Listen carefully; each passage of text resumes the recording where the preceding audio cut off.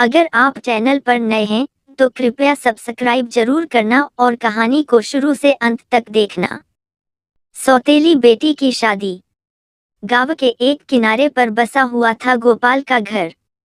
गोपाल एक मेहनती किसान था और उसकी पत्नी सविता बहुत ही साध्वी और स्नेही स्वभाव की महिला थी। गोपाल और सविता की एक बेटी थी, राधा, जो अपनी मां की मृत्यु के बाद अकेली रह गई थी।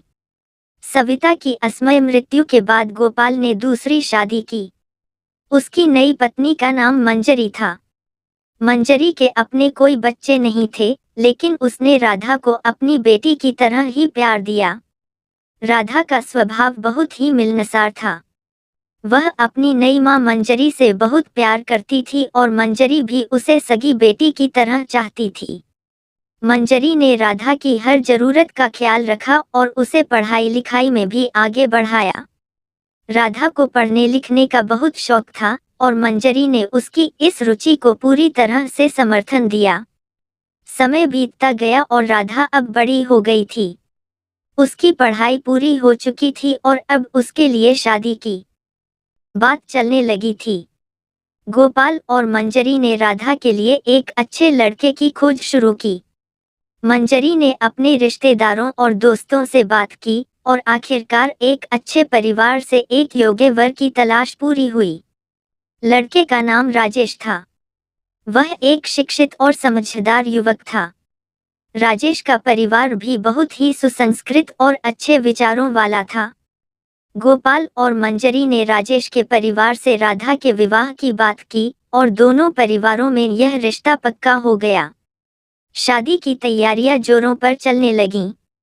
मंजरी ने अपनी बेटी राधा के लिए शादी का हर छोटा बड़ा सामान बड़ी मेहनत और प्यार से तैयार किया। उसने राधा के लिए सुंदर सुंदर कपड़े और गहने बनवाए। राधा भी अपनी मां की इन तैयारियों को देखकर बहुत खुश थी। वह अपने नए जीवन की शुरुआत के लिए बहुत उत्साहित थी, लेकिन साथ ही उसे अपने परिवार को छोड़कर जाने का दुख भी था। शादी का दिन आ गया। पूरे गांव में उत्सव का माहौल था। राधा की शादी को धूमधाम से मनाने की पूरी तैयारी की गई थी। मंजरी ने हर व्यवस्था को खुद संभाला और इस दिन को विशेष बनाने में कोई कसर नहीं छोड़ी। गोपाल भी अपनी बेटी की शादी को लेकर बहुत खुश और भावुक था। बारात आई और राधा का स्वागत धूमधाम से हुआ। शादी की रस्में शुरू हुई और राधा और राजेश ने एक दूसरे को वरमाला पहनाई। सभी ने उन्हें आशीर्वाद दिया और उनके सुखी वैवाहिक जीवन की कामना की। मंजरी ने अपनी बेटी राधा को विदा करते समय अपनी आंखों में आंसू लिए उसे गले लगाया और उसके सुख भविष्य की प्रार्थना की। राधा भी अपनी मां मंजरी को गले लगाकर रो पड़ी। उसने मंजरी के प्यार और देखभाल के लिए उसे धन्यवाद दिया और हमेशा उनके आशीर्वाद की कामना की। राधा की विदाई के बाद मंजरी ने अपने दिल को मजबूत किया और अपने पति गोपाल के साथ घर लौटी। उन्होंने अपनी बेटी की खुशियों के लिए दिल से दुआएं की और उसकी सुख शांति की कामना की। राधा ने अपने ससुराल में भी अपनी सादगी और समझदारी से सबका दिल जीत लिया। राजेश और उसके परिवार ने उसे बहुत प्यार और सम्मान दिया।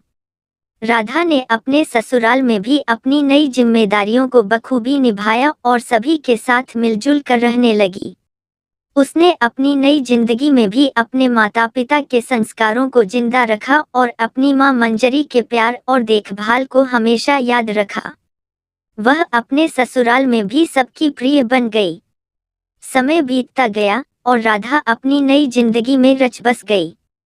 वह अपने माता पिता से मिलने अक्सर गांव आती और उनके साथ कुछ समय बिताती। मंजरी और गोपाल भी अपनी बेटी की खुशियों को देखकर संतुष्ट और खुश थे। उन्होंने अपनी बेटी राधा की शादी को सफल और सुखमय बनाने के लिए जो प्रयास किए थे, वे सार्थक सिद्ध हुए। इस प्रकार सौतेली बेटी राधा की शादी की यह कहानी सच्चे प्रेम, देखभाल और समर्पण की मिसाल बन गई। मंजरी और राधा के रिश्ते ने यह साबित किया कि सच्चा प्यार और ममता किसी खून के रिश्ते की मोहताज नहीं होती। सच्चे दिल से निभाए गए रिश्ते हमेशा फलते फूलते हैं और हर कठिनाई को पार कर खुशियों की राह पर चलते हैं। अगर आपको कहानी पसंद आई हो तो कृपया लाइक, शेयर और सब्सक्राइब करें।